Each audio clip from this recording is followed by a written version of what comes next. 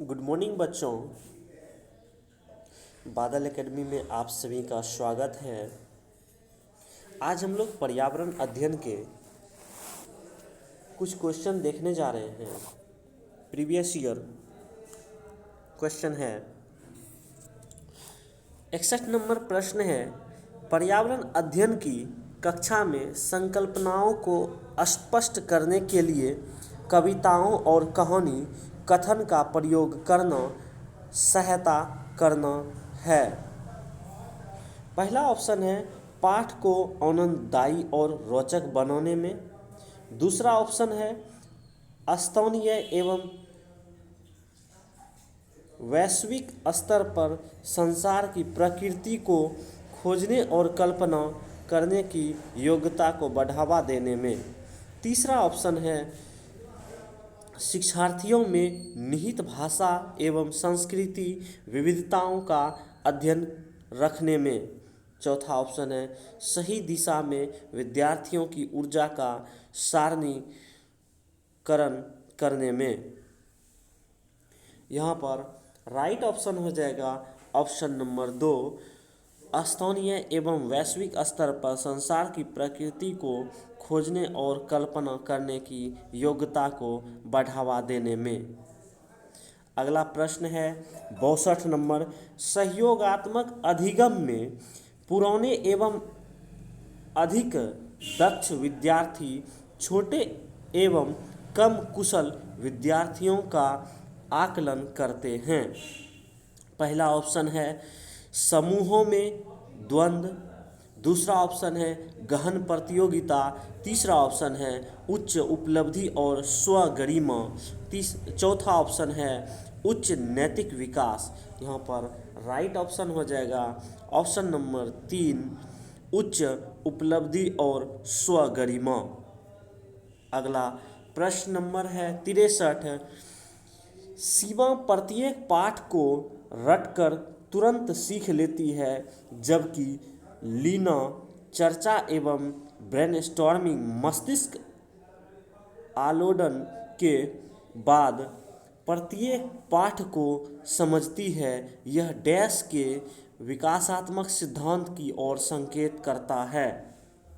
पहला ऑप्शन है सामान्य से विशिष्ट की ओर। दूसरा ऑप्शन है निरंतरता। तीसरा ऑप्शन है अंतः संबंध। चौथा ऑप्शन है व्यक्तिक भिन्नताओं। यहाँ पर राइट ऑप्शन हो जाएगा ऑप्शन नंबर 4, व्यक्तिक भिन्नताओं। अगला प्रश्न नंबर 64 है, निम्नलिखित में से रोगों का वह समूह चुनिए जो मच्छरों से फैलता है। पहला ऑप्शन है डेंगू, मलेरिया, चिकनगुनिया। दूसरा ऑप्शन है मलेरिया, हैजा, मियादी बुखार। तीसरा ऑप्शन है मलेरिया, डेंगू, हैजा। चौथा ऑप्शन है मलेरिया, चिकनगुनिया, मियादी बुखार। यहाँ पर 64 नंबर प्रश्न का राइट ऑप्शन हो जाएगा option number 1, dengue, malaria, chikungunya.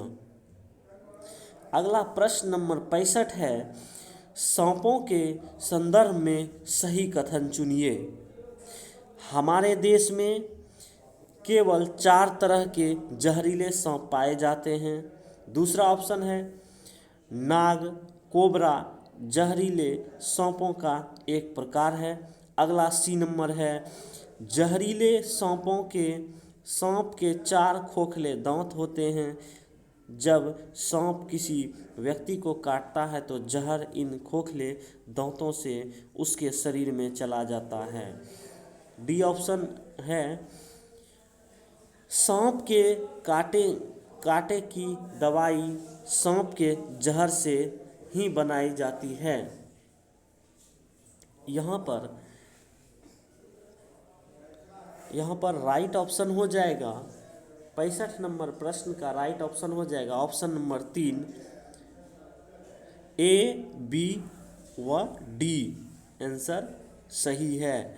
यहाँ पे लिया गया है ए नंबर को सही माना गया है, फिर है बी नंबर को सही माना गया है, फिर डी नंबर को सही माना गया है। यहाँ पर सी गलत है। यहाँ पर राइट ऑप्शन हो जाएगा ऑप्शन नंबर 3। अगला प्रश्न नंबर 66 है, निम्नलिखित में से पेट्रोलियम से सही अभिलक्षण चुनिए। पहला ऑप्शन है अच्छी गंध का पतला नीला रंगीन द्रव। दूसरा ऑप्शन है बिना गंध का गाढ़ा तथा गहरे रंग का तरल। तीसरा ऑप्शन है बदबूदार गाढ़ा गहरे रंग का तेल। चौथा ऑप्शन है बदबूदार पतला पीला द्रव्य। यहाँ पर राइट ऑप्शन हो जाएगा ऑप्शन नंबर तीसरा, बदबूदार गाढ़ा गहरे रंग का तेल। अगला प्रश्न नंबर 67 है, मधुबनी चित्रों को बनाने के लिए चित्रकारों द्वारा उपयोग किए जाने वाले रंग होते हैं। पहला ऑप्शन है सोने चांदी को घोलकर बनाए गए पेंट। दूसरा ऑप्शन है पीसे हुए चावल के रंगीन घोल। तीसरा ऑप्शन है विशेष प्रकार से बने पोस्टर रंग। चौथा ऑप्शन है अति उत्तम गुणवत्ता के फाइबर पेंट। यहाँ पर राइट ऑप्शन हो जाएगा ऑप्शन नंबर 2, पीसे हुए चावल के रंगीन घोल। अगला प्रश्न है 68, डिसलेक्सिया मुख्यतः डैश की समस्या के साथ संबंधित है। पहला ऑप्शन है बोलने और सुनने। दूसरा ऑप्शन है पढ़ने। तीसरा ऑप्शन है सुनने। चौथा ऑप्शन है बोलने। यहाँ पर राइट ऑप्शन हो जाएगा ऑप्शन नंबर 2, पढ़ने। अगला प्रश्न नंबर है 69, पर्यावरण अध्ययन की पाठ्य पुस्तकों में अभ्यास एवं गतिविधियों को डैश उपलब्ध कराना चाहिए। पहला ऑप्शन है प्रकरणों में अंतः निर्मित। दूसरा ऑप्शन है पुस्तक में अलग अलग स्थानों पर। तीसरा ऑप्शन है इकाई के अंत में। चौथा ऑप्शन है पाठ के अंत में। यहाँ पर राइट ऑप्शन हो जाएगा ऑप्शन नंबर 1, प्रकरणों में अंतः निर्मित। अगला प्रश्न नंबर 70 है, पर्यावरण अध्ययन के शिक्षकों को। पहला ऑप्शन है बच्चों के दृष्टिकोण को स्वीकार करना एवं सम्मान देना चाहिए। दूसरा ऑप्शन है अभिभावक के विचार को स्वीकार करना एवं सम्मान देना चाहिए। तीसरा ऑप्शन है विशेषतः प्रयोगों पर ध्यान देना चाहिए। चौथा ऑप्शन है विशेषतः पुस्तकों और परीक्षकों पर ध्यान देना चाहिए। यहाँ पर राइट ऑप्शन हो जाएगा ऑप्शन नंबर 3, विशेषतः प्रयोगों पर ध्यान देना चाहिए। अगला प्रश्न नंबर 71 है, प्राथमिक स्तर पर बच्चे को आकलन करने का सर्वश्रेष्ठ तरीका है डैश का प्रयोग करना। पहला है गृह कार्य। दूसरा है योगात्मक कार्य। तीसरा ऑप्शन है पोर्टफोलियो। चौथा ऑप्शन है अवधि परीक्षाएं। यहाँ पर राइट ऑप्शन हो जाएगा ऑप्शन नंबर 3, पोर्टफोलियो। अगला प्रश्न नंबर 72 है, एक शिक्षक पढ़ाते समय श्रव्य दृश्य सामग्रियों एवं शारीरिक गतिविधियों का प्रयोग करता है क्योंकि। पहला ऑप्शन है अधिगम वृद्धि में अधिकतम इंद्रियों का उपयोग करते हैं। दूसरा ऑप्शन है शिक्षक को आराम उपलब्ध कराते हैं। तीसरा ऑप्शन है प्रभावी आकलन को सुगम बनाते हैं।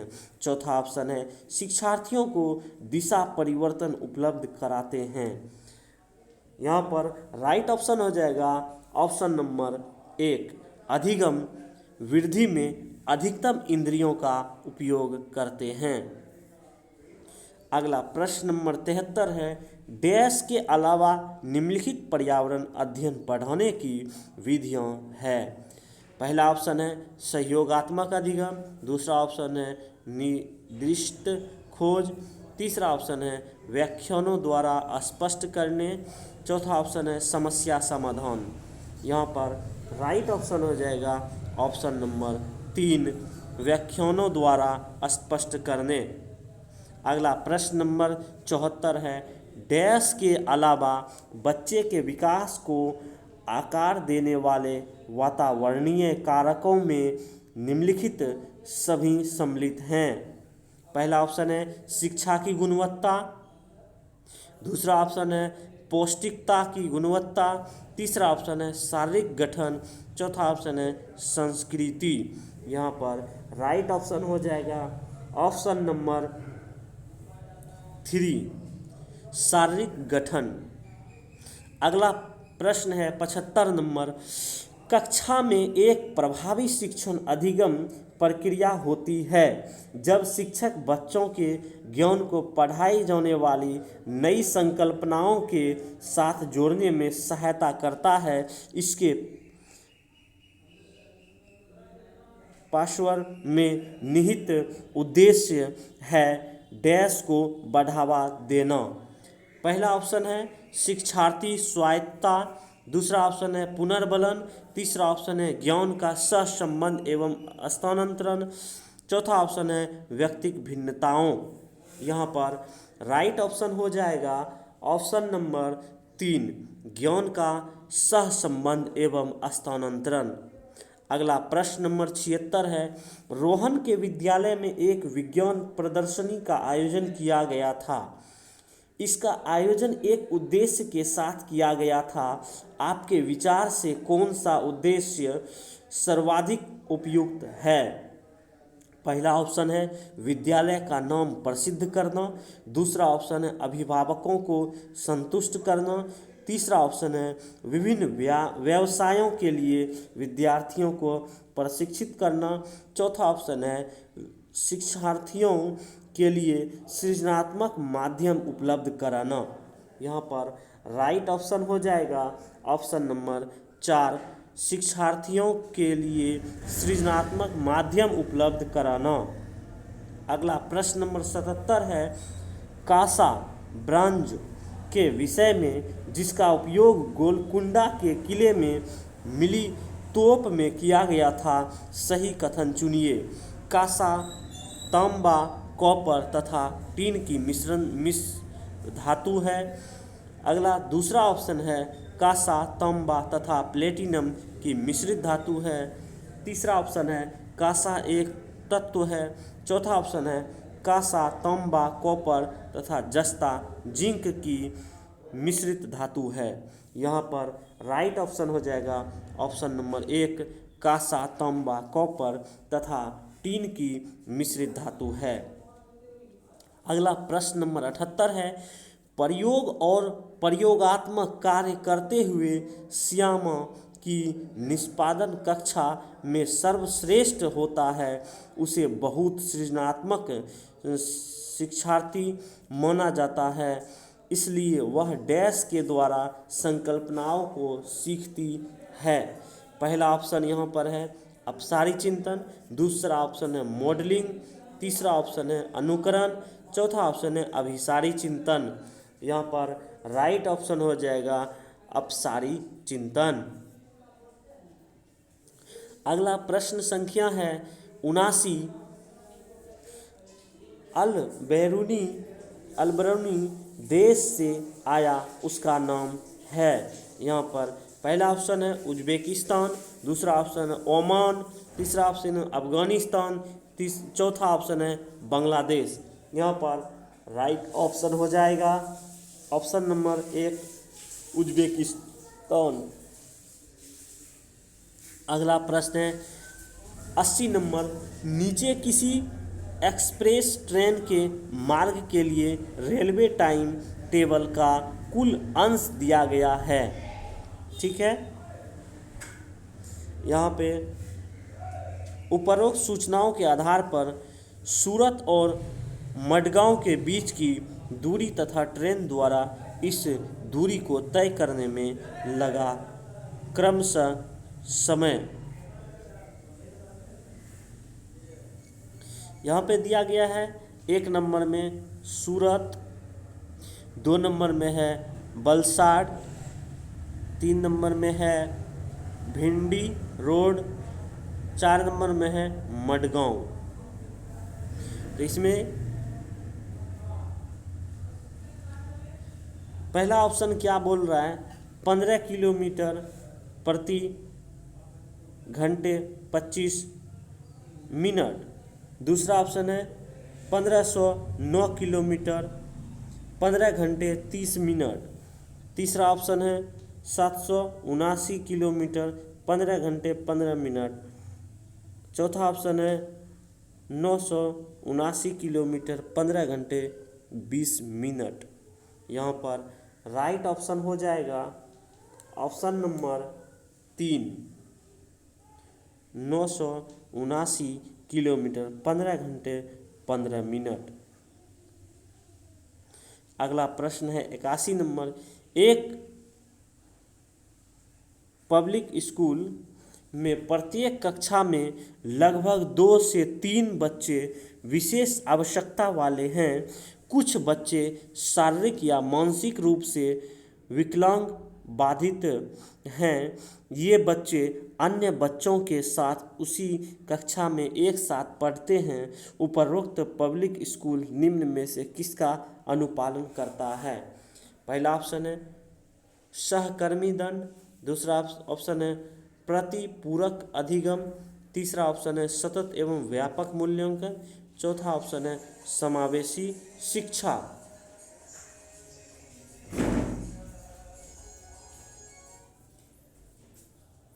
यहाँ पर 81 नंबर प्रश्न का राइट ऑप्शन हो जाएगा ऑप्शन नंबर 4 समावेशी शिक्षा। अगला प्रश्न है 82 नंबर। घर्षण के विषय में चर्चा करते समय एक शिक्षिका ने इस संकल्पनाओं की व्याख्या करते हुए बहुत से उदाहरण दिए।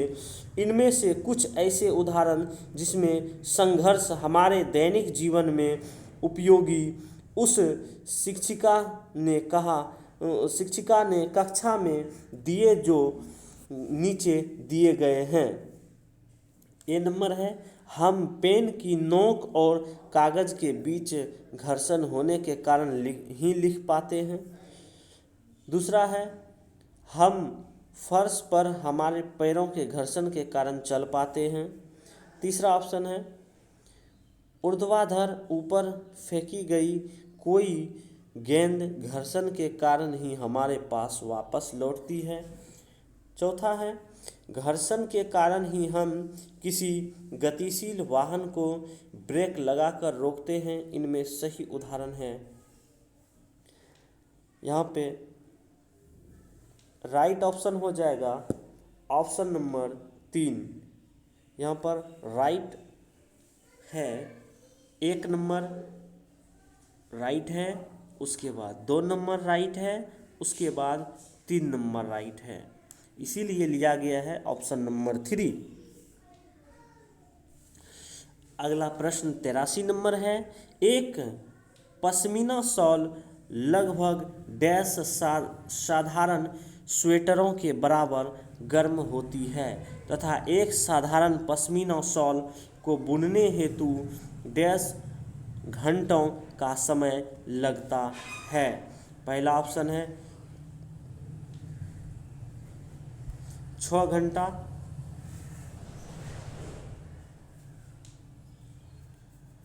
दो 200 मिनट। दूसरा ऑप्शन है 10 घंटा 250 मिनट। तीसरा ऑप्शन है 10 घंटा 200 मिनट। चौथा ऑप्शन है 6 घंटा 250 मिनट। यहाँ पर राइट ऑप्शन हो जाएगा ऑप्शन नंबर 3, 10 घंटा 200 मिनट। अगला प्रश्न नंबर 84 है। सरिता की शिक्षिका उसे विभिन्न सामूहिक गतिविधियों में शामिल करती है जैसे समूह चर्चा, समूह परियोजना आदि। उसकी शिक्षिका सीखने के किस आयाम का अनुगमन कर रही है? पहला ऑप्शन है प्रतियोगिता आधारित सीखना। दूसरा ऑप्शन है सामाजिक गतिविधि के रूप में सीखना। तीसरा ऑप्शन है मनोरंजन द्वारा सीखना। चौथा ऑप्शन है भाषा निर्देश खोजना सीखना।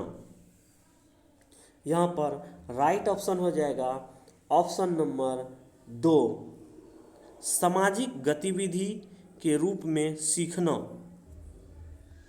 अगला प्रश्न नंबर 85 है, नेपेंथिस एक ऐसा पौधा है जो मेढकों, कीड़े मकोड़े और चूहे जैसे छोटे जीवों को अपने अंदर फांस कर खा जाता है। हमारे देश में यह पौधा पाया जाता है। पहला ऑप्शन है असम में, दूसरा ऑप्शन है ओडिशा में, तीसरा ऑप्शन है अरुणाचल प्रदेश में, चौथा ऑप्शन है मेघालय में।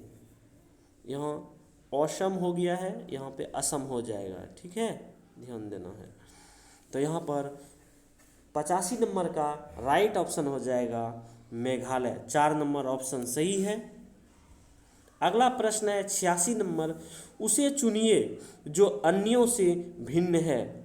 पहला है ग्रीस, दूसरा है पेट्रोल, तीसरा है कोयल, चौथा है पैराफिन मोम।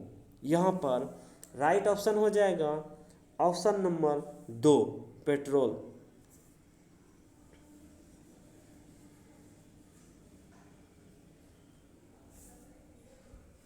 अगला प्रश्न नंबर 87 है, बिहार के गांवों में बहुत से किसान अतिरिक्त धन कमाने के लिए मधुमक्खी पालकर शहद एकत्रित करने का कार्य करते हैं।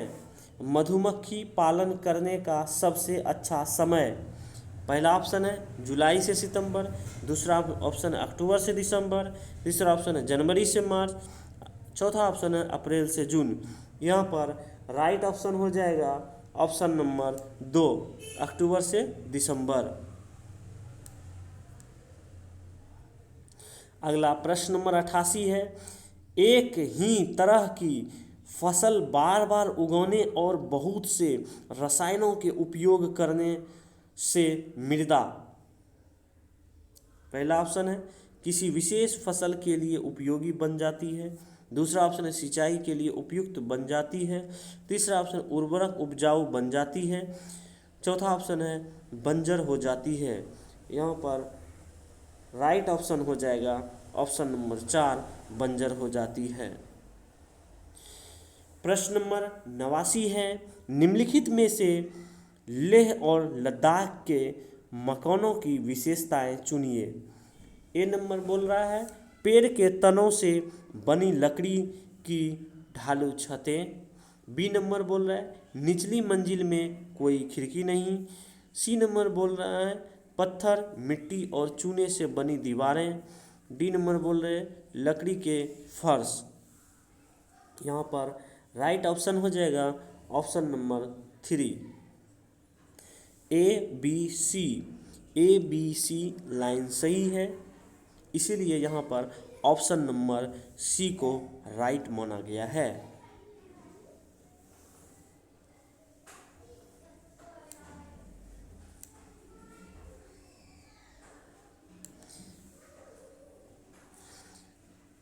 इसका ऑप्शन नंबर 2 सही है, ए बी और डी। यह ऑप्शन नंबर सी नहीं होगा, यहाँ पर ऑप्शन नंबर 2 सही आंसर है। 2 को हम सही मानेंगे, ए बी और डी। सी जो कि गलत है, इसीलिए ऑप्शन नंबर 2 सही लिया गया है। अगला प्रश्न नंबर 90 है, तरुण भारत संघ नामक समूह संबंधित है। पहला ऑप्शन है स्कूलों में दोपहर का पका हुआ भोजन उपलब्ध कराने में, दूसरा ऑप्शन है आर्थिक रूप से कमज़ोर वर्गों के बच्चों के लिए निःशुल्क कोचिंग कक्षाएं चलवाने में, तीसरा ऑप्शन है पुरानी झीलें पुनः निर्मित करने में, चौथा ऑप्शन है विशेष रूप से सक्षम बच्चों को सीखने में मदद करने में। यहाँ पर राइट ऑप्शन हो जाएगा ऑप्शन नंबर 3 पुरानी झीलें पुनः निर्मित करने में।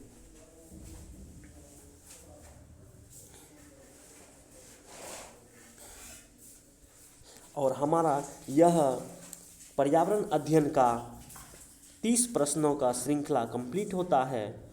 हमारे वीडियो को आप लाइक करें और अपने दोस्तों के साथ शेयर करें। जय हिंद, जय भारत।